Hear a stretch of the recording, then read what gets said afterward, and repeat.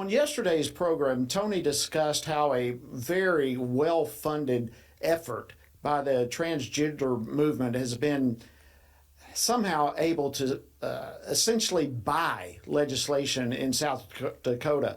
Uh, in spite of there even being ostensibly conservative leaders in that deep red state. In fact, just today, the state's largest employer, Sanford Health, is hosting its third annual Midwest Gender Identity Summit.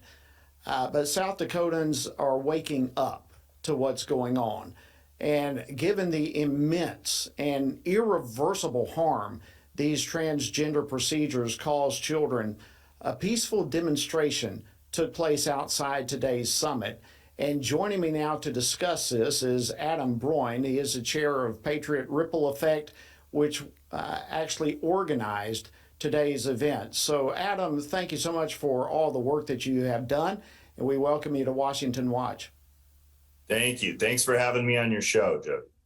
Well, we're glad to have you. Let's start just from boots on the ground. Just how did things go today?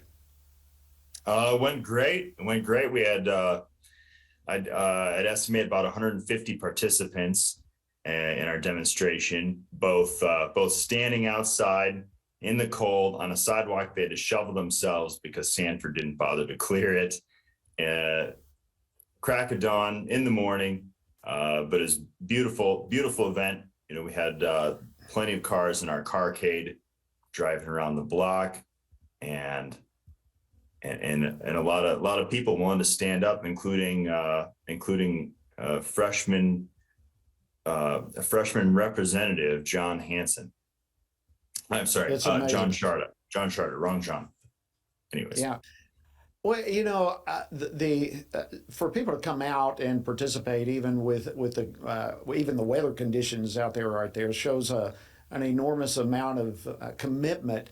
But overall, what would the temperature, if you will, be of South Dakotans in terms of waking up to? I think many of them are realizing that some of their so-called conservative legislators have let them down. Is that an accurate portrayal? Oh, well, we wouldn't be doing what we're doing as a group if the political folks of South Dakota would truly represent the people.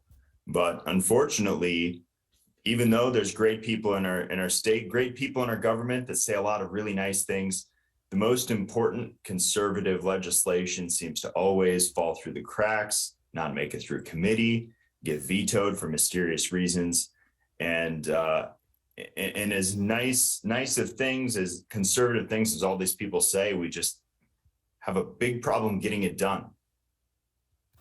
So what's next? What's the next step? I have problems getting it done, but you have a movement, it seems right now, that is underway. People are waking up to reality as to what's happening in the legislature. People are fearful of what's happening to their children.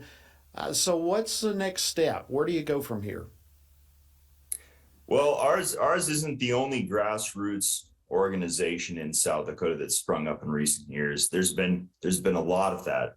And with everything in the national media over the last 6 years, we've really started to pay attention and realize that our party isn't doing what they should be doing.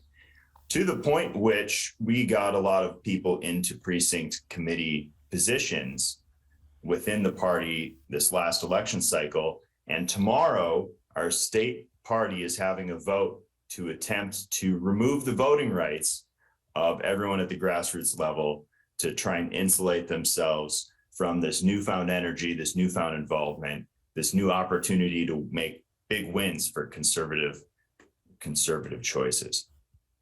Wow. So you've got a lot of plates that are spinning right now.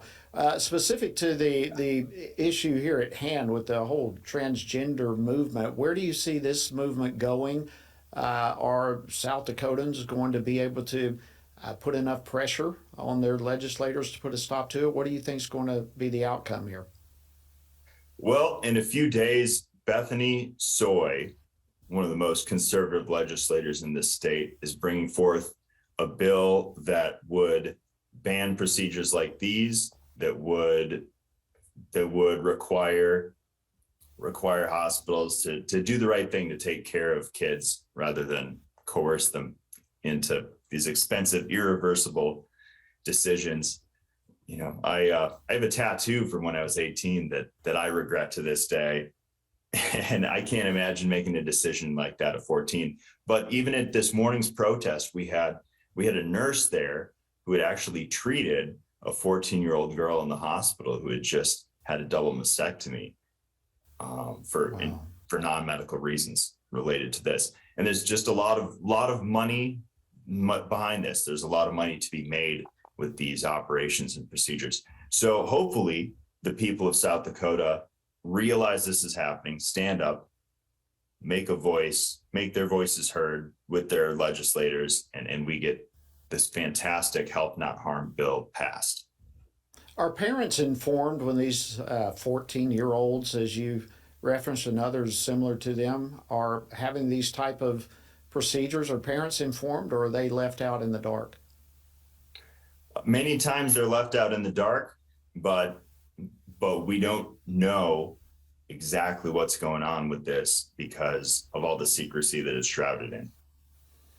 Unbelievable. What's next for Patriot Ripple Effect? What do you have planned coming up? Well, we are pushing back on the state party trying to cleave itself from the grassroots engagement. We are working to get this legislation, and we're going to be continuing to help support true conservative candidates in our state. And hopefully we can get our party to represent the third most conservative voting population in the nation. Well, Adam, thank you for all that you're doing and for stepping in the gap, not only for these children and parents, your state, but in many regards, the entire nation. We are deeply appreciative. Keep the torch ablaze, my friend, and thank you for joining us on Washington Watch. Thanks for having me.